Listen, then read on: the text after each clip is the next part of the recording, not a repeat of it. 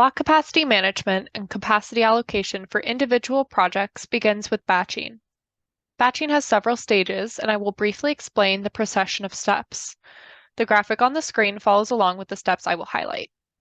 In the first stage, a batch of projects is created and is assigned the batch status created.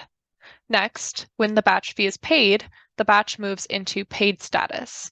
At this point, the batch is reviewed by the program administrator, and if it's approved, it moves into approved status. Finally, the batch is sent to the Illinois Commerce Commission, or ICC for short, and it moves into the ICC approved status. Concurrently, as the batch moves through different batch statuses, it also moves through different capacity allocation statuses.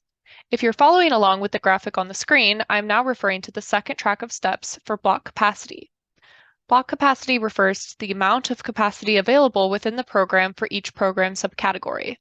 Typically, and with a few exceptions, block capacity is allocated in the order of batch submission. I want to highlight here that block capacity is not allocated based on the order of application submission. Again, it's based on the batch submission date. However, the capacity allocation is referenceable at the application level. In other words, at any point, you can look up whether an individual application has received program capacity or not. An application moves through several block capacity allocation statuses throughout its lifetime. When an application is Part 1 submitted, its block capacity allocation status becomes submitted. Once an application is included in a batch, the batch is submitted and the fee is paid. The allocation for all of the applications in that batch moves to batched. Finally, when the batch is ICC approved and the project is officially contracted, the application's block capacity status moves into the allocated status. In order to understand how much uncontracted available capacity there is, the program administrator performs a calculation. We deduct the sum of allocated capacity and batch capacity from the entire block size. What is remaining after that deduction is the capacity that is available to be utilized. When projects are batched, the program administrator evaluates how much unallocated capacity is available for the applicable block. If there is capacity available, then capacity is allocated. If there is insufficient capacity, then the application or applications in the batch are added to the waitlist. When block capacity runs out, a process called soft close begins. The soft close period is further detailed in the program guidebook. The soft close period allows for an additional 10 megawatts to be batched, or for the block to remain open for submissions for an additional 7 calendar days. The block officially closes once either of those two criteria are met. Either an additional 10 megawatts of capacity are batched to that subcategory, or 7 calendar days have elapsed since the beginning of the soft close period. A program announcement is sent every time a block enters into its soft close period, and an announcement is also sent when it concludes. After the soft close period concludes, the block is considered to be hard closed.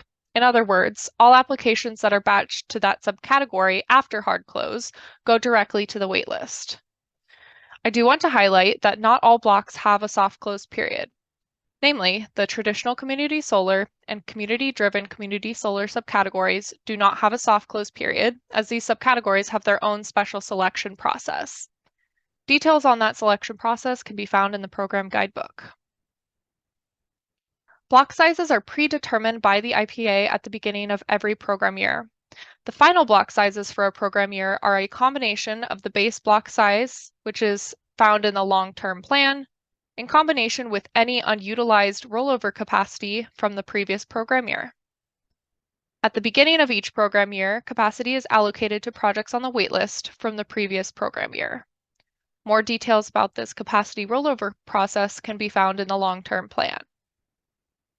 Next, I'd like to highlight 2 resources that are incredibly helpful for navigating capacity management.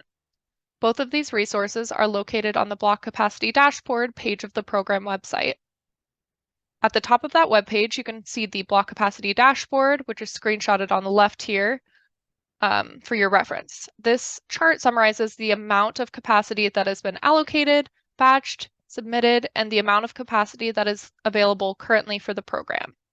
So if you want to determine if there's any available capacity for a certain block, the block capacity dashboard is the best place to go.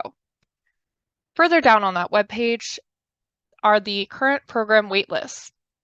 These waitlists are helpful to reference for approved vendors who are tracking what place their project is on those waitlists. Speaking of waitlists, projects are typically waitlisted for one of two reasons. The most common reason is that a block has exhausted its available capacity. The second reason an application can be waitlisted is due to the developer cap.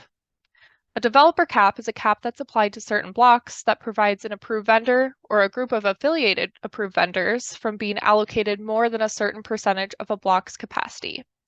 Only certain subcategories have a developer cap, and more details about developer caps in general can be located in the program guidebook. A common question we receive is, when do projects come off the waitlist? Projects can come off the waitlist during a program year as projects are removed or withdrawn and capacity is freed up. Alternatively, projects might be taken off the waitlist at the beginning of a program year during the capacity rollover process. And again, further details about that process can be found in the long-term plan.